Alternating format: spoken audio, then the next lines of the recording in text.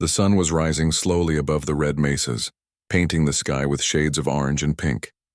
The town lay quiet at that hour, with only the sound of horses moving their heads in the stables and the soft creak of a windmill turning. The cowboy stood on the porch of the saloon, his hat pulled low, his boots dusty from the long ride he had taken the night before. He was not a man of many words. His face carried lines of wind and sun, the kind that spoke of years on open trails. He came to this small frontier town with no plan except to rest. His saddle was worn, his coat showed patches of dirt and rain, and his eyes carried a look of someone who had seen more than he cared to tell. He leaned against a wooden post, watching the street as it began to wake. A few women carried baskets from one side to another. A storekeeper swept dust from his doorway. A thin boy chased after a stray dog. Life seemed ordinary, but on the edge of the street a figure stood apart from the others.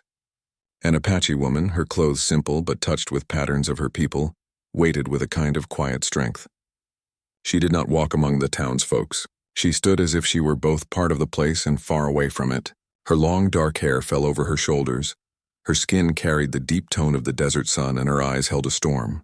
People glanced at her but did not linger. Some whispered. Others turned their faces as if to avoid her presence. The cowboy noticed the way she stood. Not begging, not hiding, but not at peace either. She held her arms close as though protecting herself. He had seen looks like that before, in men who had lost land, in women who had lost kin, in children whose homes were burned by storms. It was the look of someone carrying a heavy story inside. He did not move toward her at first. He simply watched. A wagon rolled past with loud wheels. A man leading a mule shouted to clear the way. Yet through all the noise, the cowboy's eyes returned again and again to her still figure. Something about her presence made the street feel different, as if a quiet question floated in the air. The Apache woman finally stepped forward. Her feet were bare, her walk slow but determined. She crossed the dusty space that separated her from the saloon porch. The cowboy straightened without thinking, his hand brushing the brim of his hat, a habit of respect. She stopped a few feet from him. Their eyes met for the first time. In that moment, he saw more clearly what others had ignored. Her face carried lines of struggle, but also a fierce kind of pride. Her lips trembled, not from weakness, but from the weight of words she seemed to be holding back. For a heartbeat, silence wrapped around them, heavy and charged. The noise of the street faded to the background. The cowboy's heart did not often move, but now he felt something stir. It was not romance, not yet, but a sharp awareness that this meeting meant more than an ordinary crossing of paths. The woman's gaze locked on him as though she had chosen him out of everyone in town. He wondered why. He wondered what story lay behind those eyes. She did not speak right away. Her chest rose and fell with deep breaths, as if preparing for a storm inside her. The cowboy waited, patient as always. He was used to long silences on the trail, to the slow rhythm of cattle drives, to words that came late but carried weight. He did not rush her. Finally, her voice came. It was low, rough with emotion, but clear enough for him to hear. She said only a few words at first, words that hung in the hot air between them. You, listen. The cowboy nodded once, her eyes filled with something like fire and sorrow mixed together. She clenched her hands, then let them fall at her sides. She spoke of herself not in long stories, but in fragments. She had lost her place. She had no kin in this town. The people around her offered no help. She had walked many days alone. Her voice broke slightly, but she forced it steady again. The cowboy did not interrupt. He kept his face calm, showing no surprise, showing no judgment.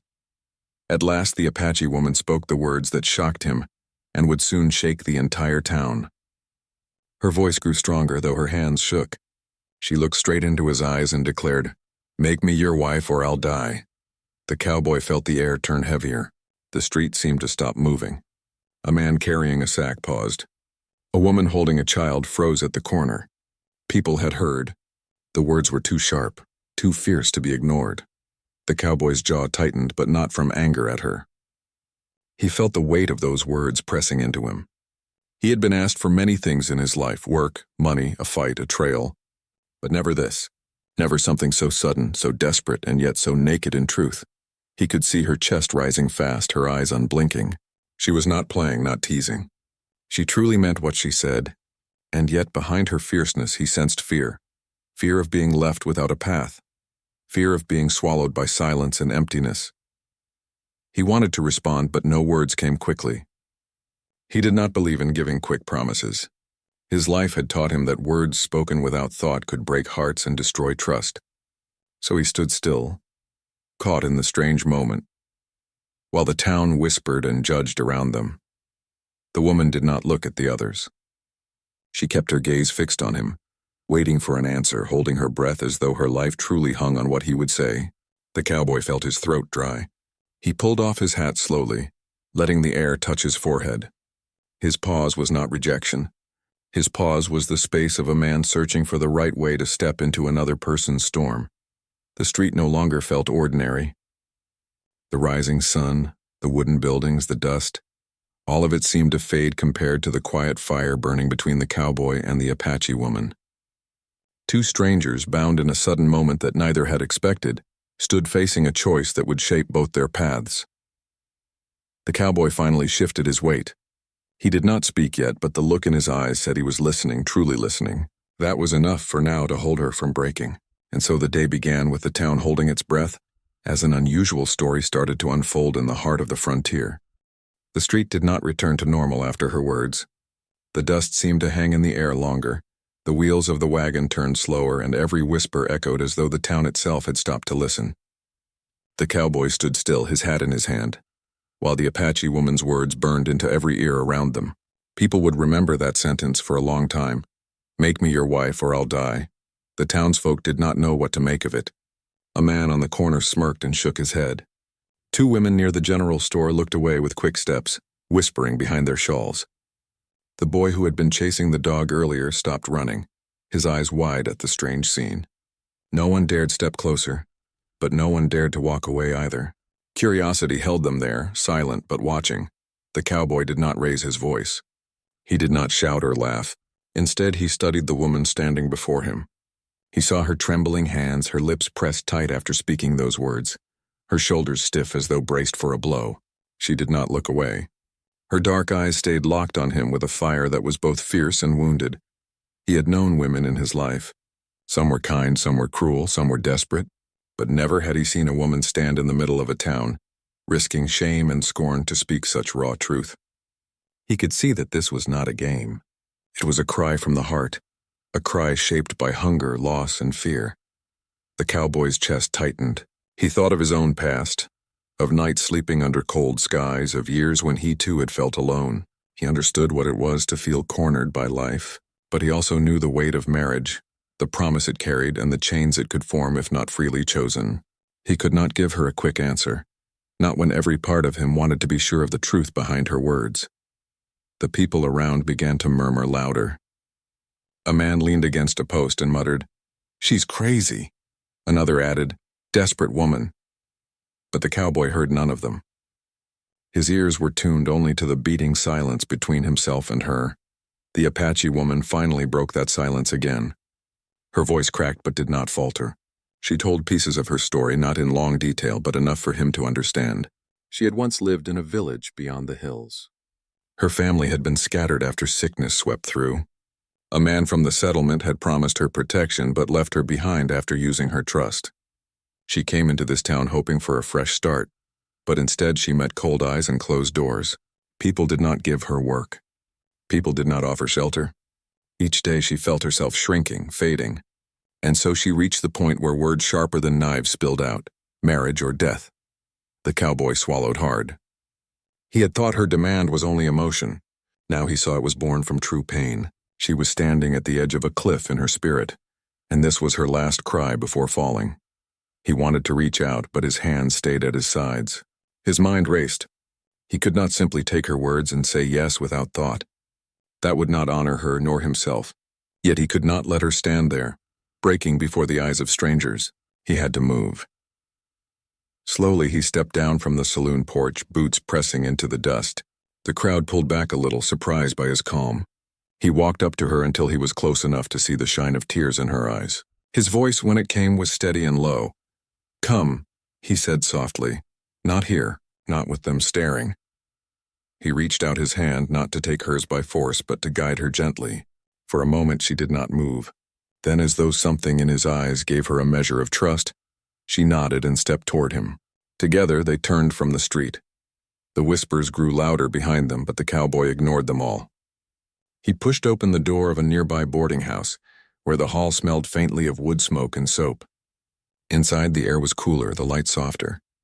He pulled the door shut, leaving the crowd and its sharp eyes outside. The woman stood by the wall, her chest rising and falling fast. The cowboy set his hat on the table and poured water into a tin cup. He handed it to her. She held it tightly as though it was not just water but life itself. She drank with small, careful sips, each one steadying her. He waited until her breathing calmed, then spoke. "Tell me again," he said gently. "Tell me why." She lowered the cup, her eyes glistening. For the first time since their meeting, her voice softened. She spoke of nights alone in the desert, of hunger, of the silence that grew so heavy she thought her heart might break under it. She spoke of promises broken by men who smiled only to leave. She spoke of fear of vanishing without a trace, of no one remembering her name. The cowboy listened. He did not interrupt. His heart felt heavy with each word she shared. He saw now that her demand was not only about marriage. It was about survival, about being seen, about finding a place in a world that had pushed her aside. When she finished, she leaned back against the wall, her eyes closing for a moment. The room held only the sound of their breathing. The cowboy walked to the window, pulled the curtain slightly, and looked outside. The crowd had scattered, though a few curious eyes still lingered. He let the curtain fall. He turned back to her. "I won't let you fall," he said. His words were quiet, but they carried a promise. "But marriage isn't a thing to choose in one breath. We'll find another way first. Do you understand?" The Apache woman looked at him with eyes wide in surprise. She had expected either a yes or a no. Instead, she found patience, a door not closed but not flung open carelessly either. Her lips parted. She whispered, "Another way?" The cowboy nodded. "Food, shelter, respect. We'll start there." Something shifted in her face. The tension in her jaw eased. Her shoulders dropped slightly, as though a small piece of the burden had been lifted. She held the tin cup close, as if it was a shield and a gift at the same time. Outside, the town would keep whispering. People would spin tales of what they thought had happened. But inside that quiet room, a different story was beginning. It was not a story of quick vows or desperate choices. It was a story of two people, strangers brought together by pain, learning to listen before deciding. And so the cowboy sat across from the Apache woman, his hands folded, his voice calm. The storm had not passed, but for the first time, it felt like shelter had been found, even if only for a moment. The weight of her words still hung in the air, but now they carried hope instead of despair. The day outside moved on. The sun climbed higher, shadows stretched across the street, and life in the town returned to its rhythm. But in that small wooden room, time seemed to slow. Two souls sat together, each holding their silence differently, yet both knowing that something important had begun. The cowboy sat quietly at the wooden table, his hat resting beside him. The Apache woman remained near the wall, holding the tin cup as though it anchored her in the moment. The air between them was heavy, but it was no longer filled with fear. Instead, it carried a kind of waiting for trust to be built, waiting for words to come. He was not a man used to explaining himself. On the trail, silence often did the work of words. But now, in this small room, he felt the weight of speaking carefully. He looked at her, noticing how her shoulders stiffened whenever she thought he might reject her. He saw the tiredness in her face, the long journey carved into her expression. At last, he leaned forward slightly, his voice low and calm. "You came to me out there," he said. "Why me?" The question hung in the air. She lowered her eyes, tracing the rim of the tin cup with her finger. For a long time, she did not answer. Then her voice came, quiet but firm. "Because you looked..." Still, others laugh. Others mock. "You looked like you listen." The cowboy nodded slowly. He understood more in that moment than he could have with 100 words. She had chosen him not because of who he was, but because of what he did not do. He did not turn away, did not sneer, did not rush to judge. In a world that had given her only hard edges, a little stillness had looked like safety. He leaned back, folding his arms. "Listening I can do," he replied softly. She raised her eyes to him, and for the first time he saw a flicker of something gentler, something like hope. It was faint, but it was there. The day wore on outside. The muffled sounds of wagons and boots drifted through the walls. People went about their business, though no doubt their minds replayed the scene from the street. But inside, the two of them sat in a different rhythm, not measured by hours but by breaths and silences. After a while, the cowboy stood and moved toward a small trunk by the wall. He pulled out a piece of bread and a strip of dried meat he had carried with him. He placed them on the table. "Eat," he said simply. The woman hesitated, then sat slowly across from him. She picked up the bread with both hands as if afraid it might disappear. She ate carefully, her eyes lowering every few moments. The cowboy did not watch her eat too closely. He knew pride could feel fragile when hunger was revealed. Instead, he looked at the window, giving her the dignity of space. When she finished, a quiet sigh escaped her lips.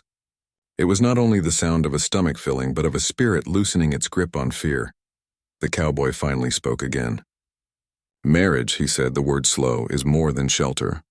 It's a promise that can't be broken. Do you understand?" Her eyes lifted sharp again. "I understand," she said quickly. "I asked because I had nothing left. No food, no kin, no place." Her voice broke a little, but she steadied it. "If you said no, I thought I would vanish. Maybe not die at once, but die piece by piece." He listened, letting her words settle. Then he said, "You don't have to vanish. Not while I'm here. But I won't rush into binding either of us to something we don't yet know. First, we find your strength again." She studied him carefully, as if testing his words for truth. At last she nodded, though her lips pressed tight. She was not used to promises. Still, something in his steady tone calmed her. The cowboy rose and walked toward the door. He opened it slightly, peering out. The street had grown quieter. Only a few figures lingered, glancing up with curiosity. He closed the door again and returned to the table. "You need rest," he said. "There's a small bed in the back. No one will bother you here." The woman looked uncertain. She had learned not to trust easily. But the tiredness in her eyes betrayed her body's need. She hesitated, then stood slowly and walked toward the back room. Before she entered, she turned to him and whispered, "You didn't laugh at me. For that I thank you." Her words were simple, but to him they carried weight. He gave a small nod, tipping his hat even though it rested on the table. She disappeared into the room and the door closed softly behind her. The cowboy sat alone, his mind heavy with thoughts. He had not asked for this moment. He had not planned to become part of anyone's survival. Yet he could not deny the pull he felt. He thought of the loneliness in her voice, the sharp demand born from desperation, and the courage it had taken to stand before him in public and say such words.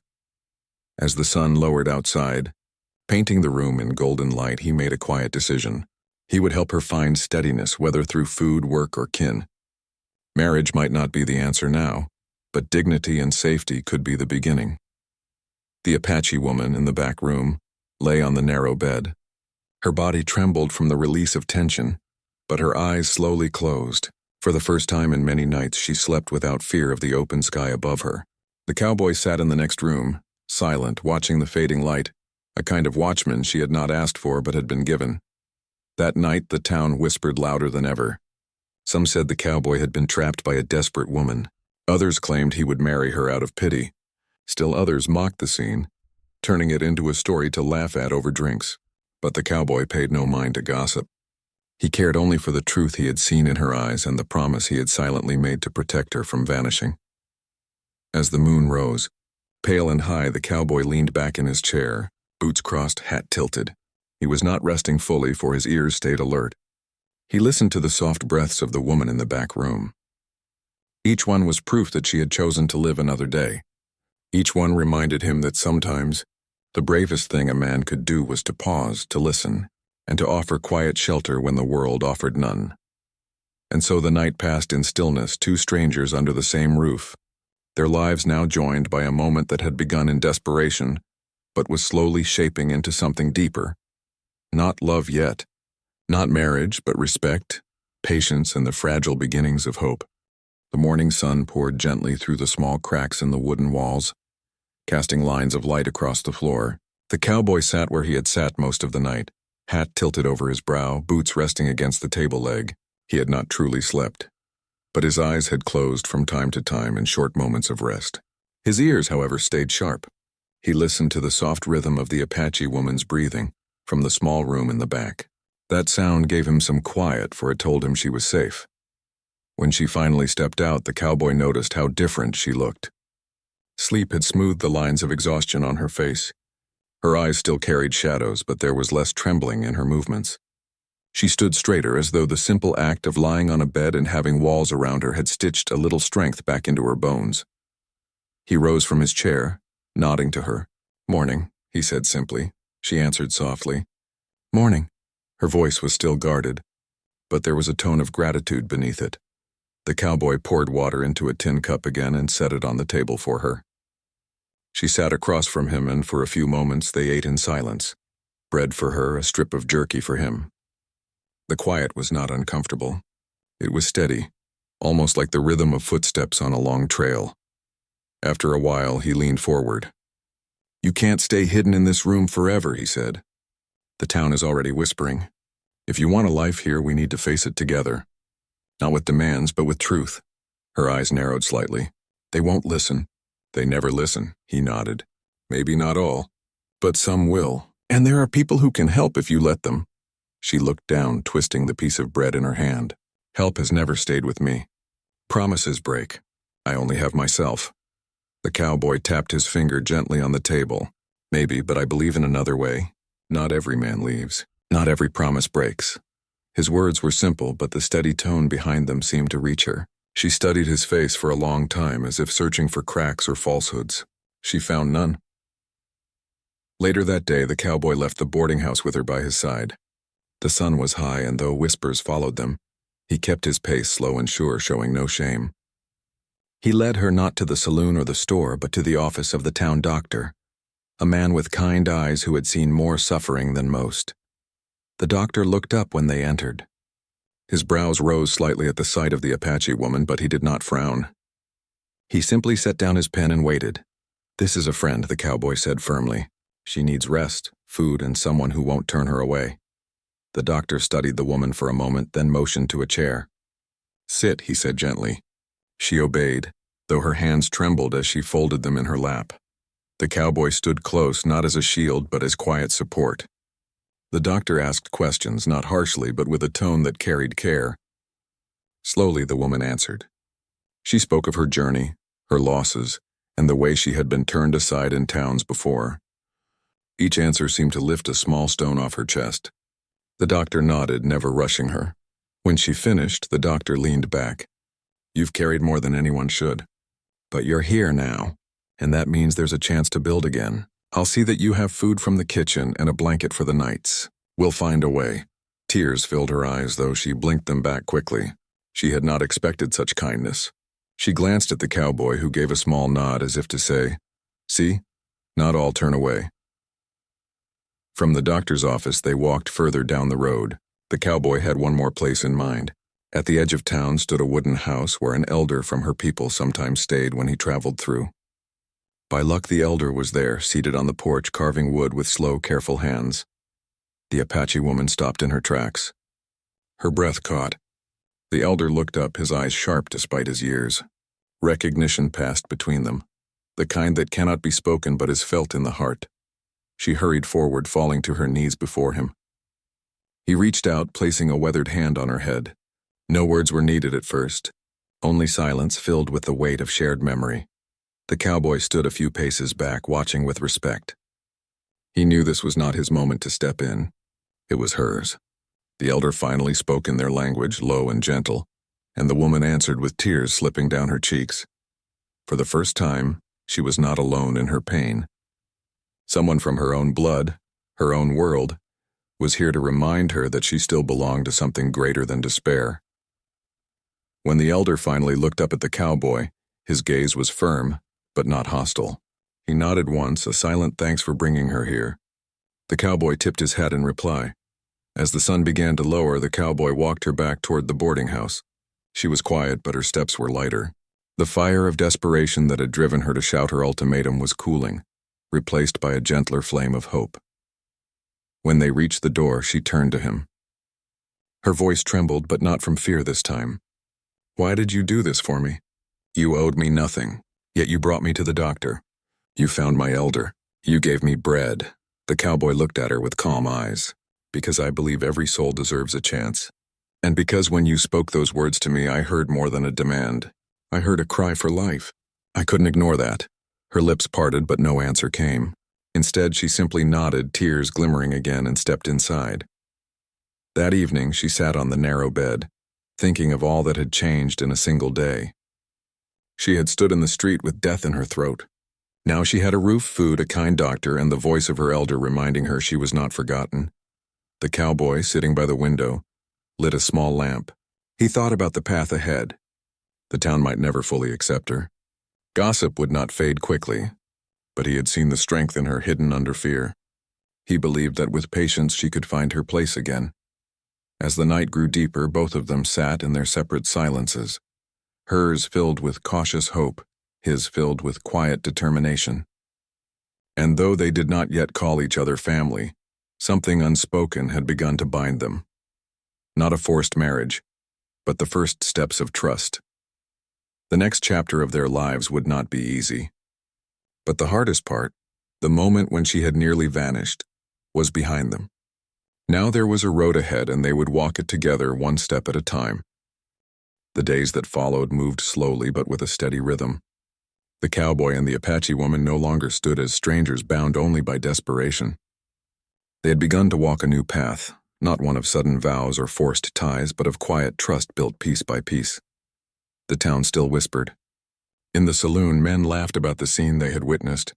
In the general store, women spoke in hushed tones when the Apache woman passed by. Some eyes looked at her with pity, others with suspicion, and a few with cruel amusement. But she held her head higher now. The desperation that once cracked her voice had softened into determination. The cowboy remained by her side whenever she needed to step into the street. His calm presence silenced most of the whispers, for people had learned not to cross him. He did not raise his hand nor his voice, but the steadiness of his walk and the weight in his eyes reminded others that he was not a man to mock. One afternoon, the Apache woman returned to the elder's house at the edge of town. The cowboy went with her, though he stayed respectfully on the porch while she spoke with her elder inside. From within, he could hear the low murmur of their language, a rhythm of words he could not understand but did not need to. He knew it was healing her, pulling threads of memory and belonging back together. When she stepped out again, her face was wet with tears, but her shoulders carried a strength he had not seen before. She looked at the cowboy and whispered, "He reminded me who I am. Not only broken, not only forgotten. Still part of my people, still carrying their spirit." The cowboy tipped his hat, his lips curving in the smallest of smiles. "That's the truth you needed," he said softly. The following week, the doctor found simple work for her in his kitchen. She chopped vegetables, cleaned herbs, and carried water. It was not heavy labor, but it was honest, and it gave her dignity. Each evening she returned to the boarding house with tired hands but brighter eyes. The cowboy would be waiting, and they would share bread at the table without many words, but the silence between them was no longer heavy. It was a silence filled with understanding. As days turned into weeks, the cowboy noticed changes in himself as well. He had always been a man of the trail, moving from town to town without roots, carrying only what his horse could bear. Yet now he found himself staying. He found his boots pacing the same street each morning, his hands fixing small repairs in the boarding house, his eyes watching for her whenever she walked across town. He had not expected to feel tied to one place, but somehow, through her presence, the town no longer felt like a stop on the road. It felt like a point of purpose. One evening after supper, the Apache woman sat by the window looking out at the street. The lamplight touched her face, showing both the strength she had gained and the scars that still lingered. She spoke quietly, almost as though she were speaking to herself. "That day, when I said those words, I thought I had no other choice. I thought it was the end. But you paused. You didn't laugh. You didn't turn away. That pause saved me." The cowboy leaned back in his chair, his gaze steady on her. "Sometimes," he said, "the best thing a man can do is wait. Not rush, not run. Just wait long enough to hear the truth behind the words." She turned to him, her eyes soft. "And now?" she asked. "What do you see for me now?" He thought carefully before answering. "I see a woman who has walked through fire and come out stronger. I see someone who has more to give the world than the world ever gave her. And I see a future, not bound by desperation, but chosen with strength." Her breath caught at his words. She lowered her gaze, her hands twisting together in her lap. Do you mean, with you? The cowboy's lips curved into a faint smile. If that's the road you choose, then yes. But it must be your choice, not born from fear, not forced by hunger. Only if your heart truly says so. For a long moment, silence filled the room. The Apache woman's chest rose and fell as she thought of all that had passed. The hunger, the loneliness, the shame of standing in the street with her ultimatum. But also the kindness, the patience, the quiet strength she had found beside this man. She realized that her words that day had been born from despair. But what she felt now was different. It was not desperation. It was respect. It was trust. She looked up at him, her eyes steady. Then I choose, she whispered. Not because I fear death, but because I see life beside you. I choose you. The cowboy's heart, usually calm as stone, felt a warmth spread through it. He rose slowly, walked to her, and placed his hand gently over hers. Then we walk this road together, he said. Not as strangers, not as a bargain, but as partners. The decision was made in the quiet of that room, not shouted in the street, not born from fear. And in that quiet, it held more power than any desperate cry. Word spread, as it always did. But this time it carried a different weight. People still whispered, some with doubt, some with curiosity, but others with respect. They had seen the Apache woman stand tall again. They had seen the cowboy stay when he could have ridden on. Together they became a story the town told, not of shame, but of strange beginnings that led to strength. Months passed, and the seasons shifted. The woman grew in her work. The elder visited often, and the cowboy found his place not only on the trail but in the town itself. He still carried the air of a wanderer, but now he also carried the roots of someone who had chosen to stay. On quiet evenings, they would sit by the fire, not always speaking, but always sharing the peace they had built, and sometimes when she looked at him across the flames, she would remember the day she had shouted her desperate demand. She would shiver, not from fear, but from gratitude that he had not answered quickly, that he had paused, that he had chosen patience over pride. In the end, their story was not about a forced vow or a desperate cry. It was about the strength found in listening, the courage found in waiting, and the hope found in building a life step by step. And so, under the wide desert sky, the cowboy and the Apache woman walked forward, not as strangers bound by fear, but as partners bound by trust, respect, and the simple promise to never let each other vanish again.